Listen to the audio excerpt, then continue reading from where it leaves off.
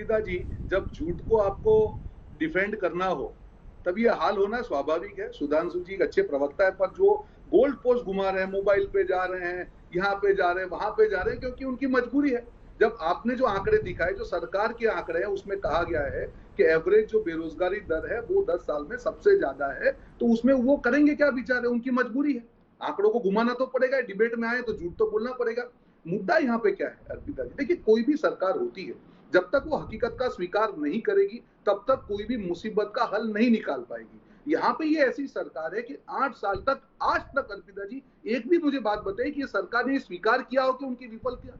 जो नोटबंदी को अपनी सफलता बता रहे हो, जो जीएसटी को अपनी सफलता बता रहे हो, उनसे आप अपेक्षा क्या रखेंगे? आज जो आंकड़ा है आपके और मेरे सामने है। अगर हमारी सरकार होती तो मैं आंकड़ों को नहीं झुठलाता, मैं उसके पीछे कारण जरूर देता, पर आंकड़ों को झुठलाने की जो भाजपाई जो जो जो रीति नीति है, मुझे लगता है देश उससे अब उब चुका है। आप कोई भी जुमलाबाजी करके या इवेंट मैनेजमेंट करके आंकड़ों को नहीं छिपा सकते। ये एक हकीकत है कि 10 साल में बेरोजगारी का दर सबसे ऊपर है। ये हकीकत है कि जो छोटे उद्योग हैं वो बुरी तरह से परेशान है। ये हकीकत है कि किसान पूरी तरह से परेशान है। ये बेरोजगारी क्यों बढ़ी है? अभी गरीबी का एक आंकड़ा आया कि भारत देश 107वें स्थान पे चला गया, 2014 में 82वें स्थान पे था। ये ऐसे ही नहीं हुआ। जब बेरोजगारी बढ़ती है तब गरीबी बढ़ती है अर्पिता जी। तो सारे आंकड़ों को जब आप एक साथ जोड़ते हैं, गरीबी के आंकड़ों की बात करें, बेरोजगारी के आंकड़ों की बात करें, मैं और एक आंकड़ा इसमें जोड़ना चाहूंगा, महंगाई का आंकड़ा। क्या महंगाई कम हुई है? नहीं हुई है। अभी जो होलसेल इंडेक्स का आया आंकड़ा, रिटेल इंडेक्स का आया, 8.2% तक महंगाई बढ़ चुकी है। कितने आंकड़ों को आप झुठलाएंगे? महंगाई सबसे ऊपर है, बेरोजगारी सबसे ऊपर है,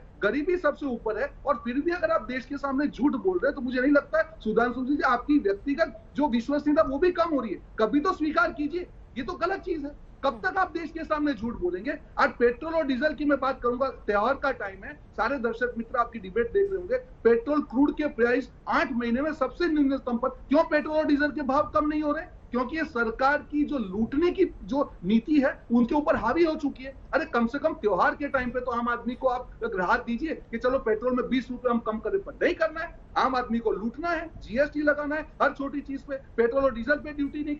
ये नहीं चल सकता है। आप जब तक आंकड़ों को झुठलाएंगे आपको देश को जवाब देना पड़ेगा। और उसके बाद आखिरी चीज अर्पिता जी, उसके बाद भी चुनाव के टाइम पे मार्केटिंग करना कि हमने 75,000 जॉब दी, मुझे नहीं लगता है जनता इस बात को स्वीकार करेगी। ठीक है, जल्दी से मैं शक्ति यादव को भी चर्चा में जोड़ लेना चाहती हूँ क्योंकि उनके भी जाहिर तौर पे बहुत सारे सवाल होंगे। शक्ति यादव, सुधांशु जी, दोनों जो सवाल होंगे ना, ध्यान से सुन लीजिए, फिर आराम से जवाब दीजिए।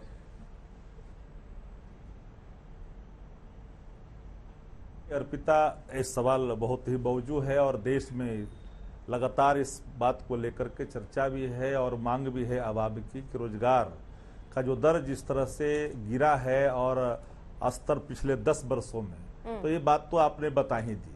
लेकिन मानव संसाधन के सवाल पर भारत की सरकार ने कितनी जरूरत है, किन किन विभागों में, ये आंकड़ा अभी तक प्रस्तुत नहीं किया गया।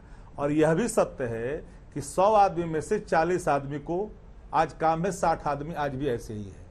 सवाल यह है कि अगर उठाइएगा आंकड़े को तो आप देख लीजिए कि 18 और 19 में मात्र 38,000 नियुक्तियां की गई, मात्र 38,000 18-19 में। ये हमारे आंकड़े नहीं हैं, इनके आंकड़े हैं। तो 18-19 में की गई और 1 लाख आज जो है ये 75,000 76,000 पर ये ताली पीट रहे हैं। बिहार ने तो लगातार इन दिनों पिछले 2 महीने से रोजगार के सवाल पर लगातार भारत की सरकार को आगाह करे कि आपके वादे क्या हुए, जिन वादों को लेकर के आप सत्ता में आए थे, आपने एक करनामा किया था, आपने एग्रीमेंट किया था, उस दिशा में 2 करोड़ की चर्चा भी करना बेमानी है। चूंकि आप आदरणीय सुधांशु त्रिवेदी जी कई चीजों को नंगी आंखों से देखने की बात करते हैं, ये रिकॉर्ड की बात नहीं करते हैं क्योंकि इनका मंत्रालय रिकॉर्ड में नहीं रख रहा है। तो जब जो चीजें नंगी आंखों से देखने की बात कही जा रही है तो उन चीजों को आप सीधे तौर पर आप लामबंद कर करके अब सदन में ला करके सामने बताइए कि आपने कहां किस क्षेत्र में क्या विकास हो गया, कहां नौकरियां मिल गई।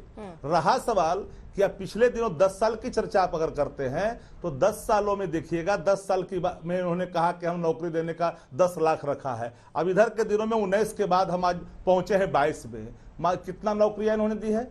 मात्र लगभग 2 लाख के आसपास भी नहीं पूर पाया है। अब कल्पना करिए, ग्रुप यूपीएससी और एसएससी से अधिकतर नौकरियां ली गई है और रेलवे से ली गई है। तो अब अगर सी ग्रुप की भी अगर नौकरियों को अगर भर दिया जाए तो मेरा मानना है कि 10 लाख के लक्ष्य को हम प्राप्त कर लेंगे। लेकिन भारत की सरकार इस दिशा में काम नहीं करना चाहती है। सर जरा एक आंकड़े में टीवी पर दिखा रही हूं आपके सामने हो तो जरा उस पर भी नजर डाल लीजिएगा, क्योंकि सवाल तो फिर आपसे भी पूछे जाएंगे जहां बिहार में आप सरकार चला रहे हैं। 11.4% है वहां पर बेरोजगारी दर। नहीं अर्पिता और आपके यहाँ तो ये भी तय नहीं हो पाया है, आपके मुख्यमंत्री कुछ और आंकड़ा दे देते हैं, आपके उप मुख्यमंत्री कुछ और आंकड़ा दे देते हैं, रोजगार कितनी देंगे अभी तक तो आप ये भी नहीं तय कर पाए हैं सर। नहीं